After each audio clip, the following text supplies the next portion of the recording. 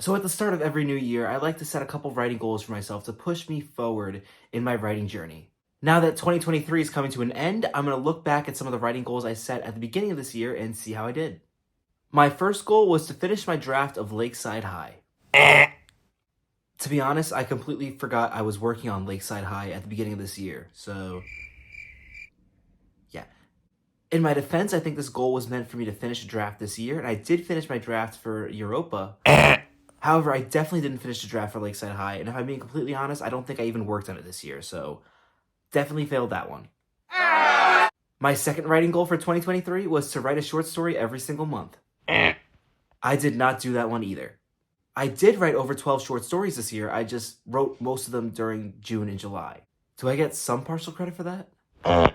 My third goal was to raise my following on my writing Instagram account to 45,000 followers, and I blew that one out of the park.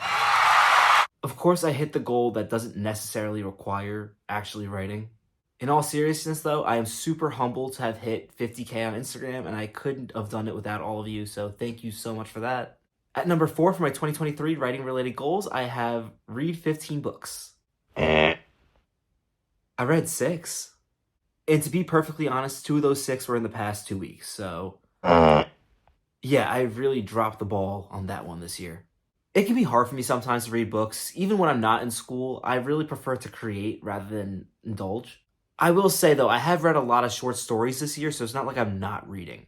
Also, if you have any short story recommendations, be sure to leave them in the comments. I'll definitely check them out. My 5th goal for this year was to create a story-based video game.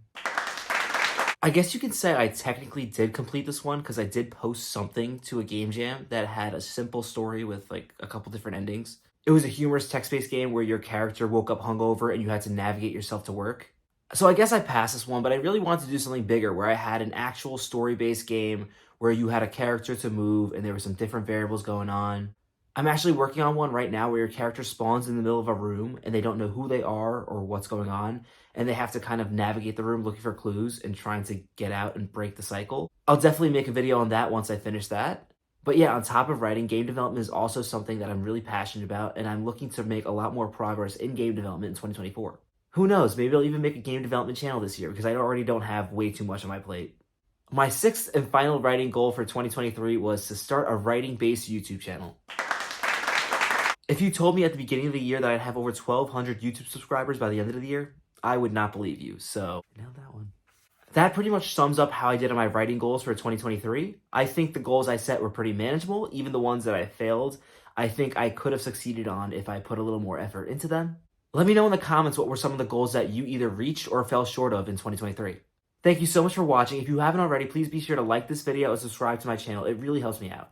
Thanks again, and good luck with your writing goals in 2024.